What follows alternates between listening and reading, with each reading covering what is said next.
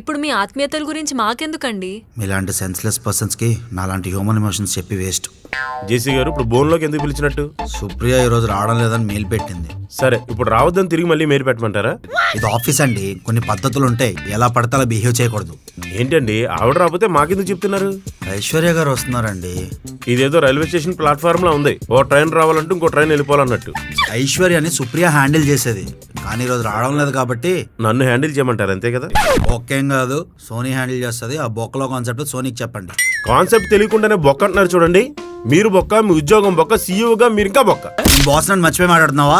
నా క్రియేటివిటీ జోలికి వస్తే జోలికి వస్తే ఏంటో చెప్పి తగలాడు.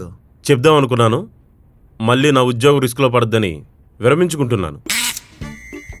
సోనీ, నీకు పెళ్ళయిందా? లేదు. అలా అడిగారు? మీ ఇంటి పేరుతో సహా నాకు డీటెయిల్స్ షేర్ చేస్తావా? అంటే ఏమైనా సంబంధం చూస్తున్నారా జేసీ గారు? మీరు ఇంకెళ్ళలేదండి?